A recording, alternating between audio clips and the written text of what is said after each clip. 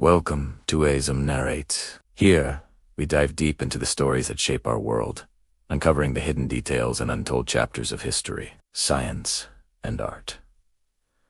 Join me on a journey through fascinating tales and incredible discoveries. This is where curiosity comes to life. In a world brimming with stories, where every moment holds a tale untold, there is a voice that brings them to life. This is not just narration.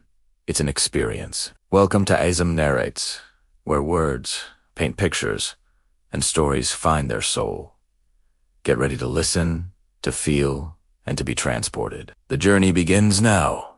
Have you ever heard a story so incredible, so mind-boggling, that you can't help but wonder if it might be true? Today, we're diving deep, literally, into one of history's greatest mysteries, the legendary lost city of Atlantis. Was it a real, advanced civilization that vanished beneath the waves, or just a powerful myth that has captured our imaginations for over 2,000 years? The story of Atlantis comes to us from one of the most famous thinkers in history, the ancient Greek philosopher, Plato, around 360 BC. In his dialogues Timaeus and Critias, Plato introduced the world to an island nation of unparalleled power and sophistication. He described Atlantis as an island larger than Libya and Asia combined, located beyond the Pillars of Hercules, which we now know as the Strait of Gibraltar, out in the Atlantic Ocean. According to Plato, Atlantis was a maritime powerhouse, a utopia founded by beings who were half god and half human. The city itself was a marvel of engineering. It was built in a series of concentric rings of land and water, connected by canals large enough for ships to sail through. At its very center stood a magnificent temple dedicated to Poseidon, the god of the sea, adorned with gold, silver, and a mysterious metal called orichalcum, which was said to shine with a fiery red light. The Atlanteans were described as noble and virtuous people, living in harmony and prosperity for many generations. Their land was rich with resources, from exotic plants and animals, including elephants, to an abundance of precious metals. They had advanced technology, a powerful military, and a system of laws handed down by Poseidon himself. They ruled over their island and extended their empire across parts of Europe and Africa.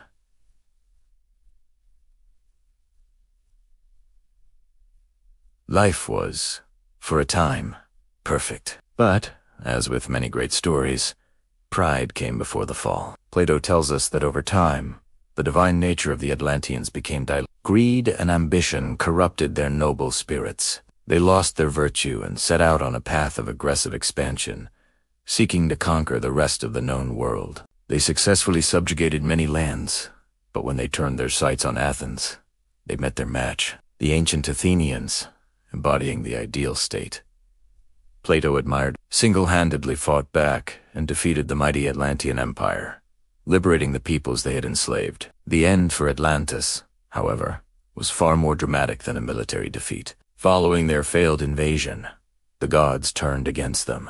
Plato writes that in a single day and night of misfortune, the island of Atlantis was struck by violent earthquakes and floods. The entire civilization was swallowed by the sea, disappearing forever from the face of the earth, leaving behind only the story, a cautionary tale about the dangers of hubris and moral decay. So, the big question is, was Plato telling a true story? Or was it all just an allegory, a philosophical fable designed to illustrate his ideas about an ideal society versus a corrupt one? This is where the real mystery begins, and it's a debate that has raged for centuries. On one hand, Plato was a philosopher, not a historian. It's very likely he invented Atlantis as a literary device. He could have been using the story of Athens' victory over the powerful, materialistic Atlantis to praise his own city, his virtues, and to warn against the corrupting influence of wealth and power. The story serves as a perfect cautionary tale. The highly specific details, like the concentric rings and the mysterious, or it could have simply been creative flourishes to make his fable more vivid and memorable. Many scholars today firmly believe that Atlantis is a myth. They point out that there is no mention of Atlantis in any other ancient texts before Plato. If such a massive and powerful empire existed and then suddenly vanished, surely someone else would have written about it, right? Herodotus, the father of history, who traveled and documented the ancient world extensively, never mentioned it. For these reasons, academics often dismiss the search for Atlantis as a fool's errand.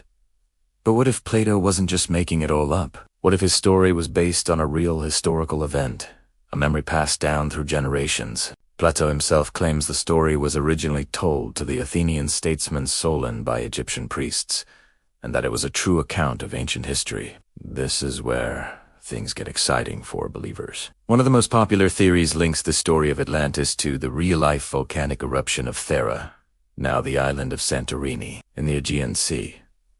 Around 1600 BC, a colossal volcanic eruption blew the island apart. This event was one of the largest volcanic explosions in human history. It triggered massive tsunamis that would have devastated coastal communities across the Mediterranean. The eruption of Thera is widely believed to have led to the collapse of the Minoan civilization on the nearby island of Crete. The Minoans were a highly advanced Bronze-Age culture with magnificent palaces, beautiful art, and extensive trade networks.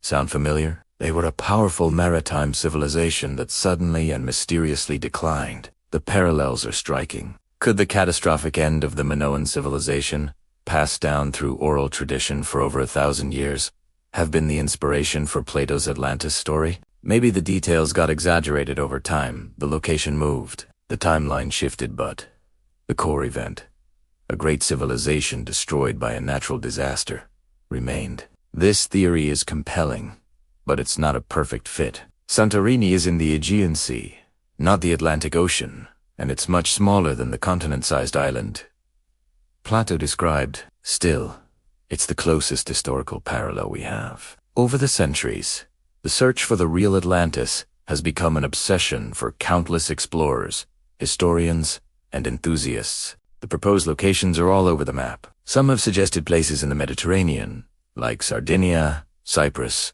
or Malta. Others have looked further afield, pointing to the Bimini Road, an underwater rock formation in the Bahamas that some believe are the remnants of an Atlantean wall or road. Others have even proposed locations as far-flung as Antarctica, Ireland, or the coast of Spain, near the city of Cadiz, which sits just outside the Strait of Gibraltar. One particularly interesting spot is Urana National Park in southern Spain. Researchers using satellite imagery have identified strange rectangular shapes and concentric rings buried in the mudflat, which they believe could match Plato's description of the city. They theorize that a massive tsunami could have wiped out a city in this region, burying it under layers of silt and mud. Archaeological work in the area is ongoing, but so far, no definitive proof of a lost city has been found. The legend of Atlantis took on a life of its own in the 19th century, thanks to a writer named Ignatius Donnelly. His 1882 book,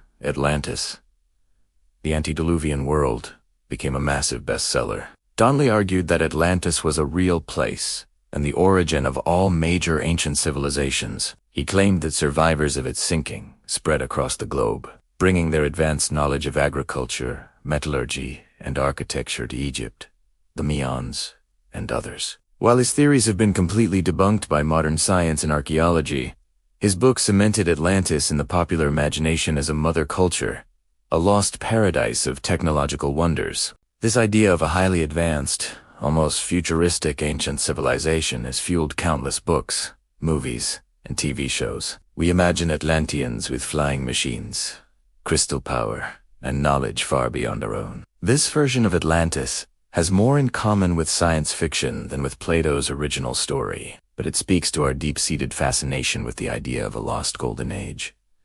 So, after all this, what's the verdict? The overwhelming consensus among scientists and historians is that Atlantis, as described by Plato, did not exist. There is no geological evidence of a large continent sinking in the Atlantic Ocean in recent history. There's no archaeological evidence of a vast, Bronze Age superpower that matches Plato's description. But the lack of physical proof hasn't stopped the story from enduring. Why? Because the story of Atlantis resonates with us on a fundamental level. It's a story of human potential and human folly. It represents a paradise lost, a reminder that even the greatest civilizations can fall. It taps into our desire to believe that there is more to our history than we know, that there are still great mysteries hidden in the depths of the ocean, waiting to be discovered. Whether Atlantis was a real city that vanished beneath the waves, a distorted memory of the Minoan collapse, or a brilliant philosophical fable. Its power lies in the questions it forces us to ask. It encourages us to explore, to question, and to dream. The search for Atlantis is, in many ways, a search for a deeper understanding of our own past and our own nature. And who knows? Maybe one day, a deep-sea explorer or a lucky archaeologist will stumble upon something that changes everything. Until then, the lost city of Atlantis will remain where it has been for over 2 millennia. A powerful legend, lurking in the depths of our collective imagination. What do you think? Was Atlantis real, or is it just the greatest story never proven? Let me know your theories in the comments below. Thanks for watching, and if you enjoyed this journey into the unknown, don't forget to like, subscribe, and hit that notification bell for more dives into history's greatest mysteries. See you next time.